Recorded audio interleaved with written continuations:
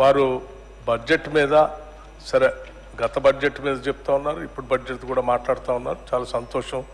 రెండింటి మీద మీరు అనలైజ్ చెప్తా ఉంటే మేము రాసుకొని సమాధానం చెప్పడానికి కూడా సిద్ధంగా ఉన్నాం.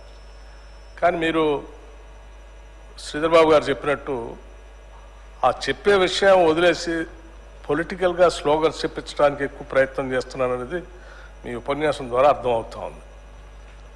దాని పరిధి కూడా దాటి మీరు ముఖ్యమంత్రి గారు సభానాయకుల గురించి కూడా మాట్లాడుతుందా ఒక మాట అన్నారు, అజ్ఞానం వల్ల.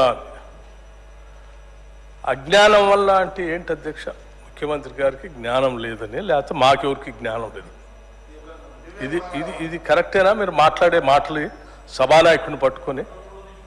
అట్లాగే సరే సభాపతి గారు సభా విలువల్ని పెంపొందించాలని మనం మాట్లాడే చర్చలు కూడా ఉందాగా పార్లమెంటేరియన్ లాంగ్వేజ్లో ఉండాలని వారు చాలా మంచిగా మీకు సలహా ఇస్తూ ఉన్నారు.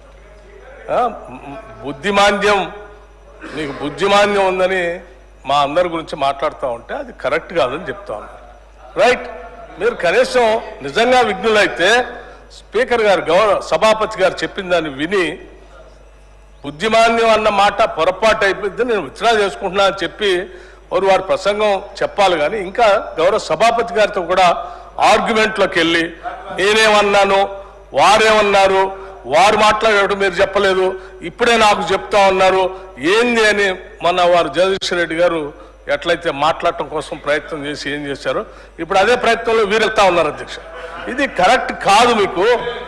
మీరు సభాపతి గారిని కూడా మమ్మల్ని అంటే అన్నారు, సరే ముఖ్యమంత్రి గారు అన్నారు, మమ్మల్ని అన్నారు, మాకు బుద్ధిమాంద్యం అన్నారు. రైట్, మాకు బుద్ధి ఉందో మీకు బుద్ధి ఉందో నేను మొత్తం రాసుకున్న తర్వాత లెక్కలు చెప్పేటప్పుడు చెప్తాను. నేను సభాపతి గారితో కూడా ఆర్గ్యుమెంట్ ఏంటి అధ్యక్ష? మీకు నాట్ కరెక్ట్ అధ్యక్ష. వాళ్ళు లెక్కలు చెప్పాలని గురించి కానీ ప్రభుత్వంలో ఉన్నటువంటి పెద్దల గురించి కానీ మంత్రుల గురించి కానీ పరిధి దాటి మాత్రం మాట్లాడొద్దు అధ్యక్ష, ఇది కరెక్ట్ కాదు. మీకు ముందే మీరు బడ్జెట్ మాట్లాడేటప్పుడే మీరు ముందు ఒక సూచన చేశారు సభలో,